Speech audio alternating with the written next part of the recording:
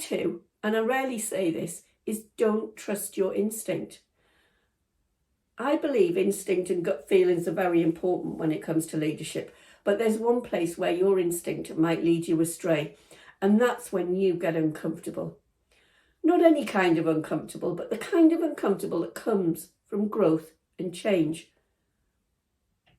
This is really all about understanding the biology of change, because this programme takes challenges and gets you to become the person that you're meant to be, that you're going to learn the new ways of thinking, and you're going to develop new habits, and you're going to step into a whole new level and way of managing your care home. However, the reality is that change is not easy, and it's scary, and it kicks up all the fear and the self-doubt. And what usually happens when any of us get uncomfortable is we automatically think that something bad's going to happen, and we mistakenly think that that is because it's wrong. When we interpret that discomfort of our instinct telling us not to be brave and not to put ourselves out there, we tend to pull back to what we're comfortable with, our old ways, and essentially we give up. And on this journey we're taking of improving quality processes and outcomes in the care home, it absolutely is imperative that you don't give up, because it is a journey. It's not a one action process.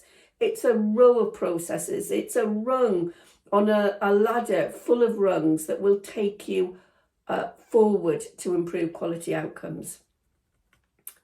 So whenever you're creating positive change and learning new skills and developing new ways of approaching things, it's not comfortable. And on a cellular level, you're literally changing and creating new neural pathways in your brain and generating new hormones and chemical responses and forming new habits and new ways of thinking. And yes, change can be scary, and it's often uncomfortable, not just mentally, but emotionally and physically too. So if you want to succeed in the qualitizer process, I want you to think about reframing this discomfort as a good thing.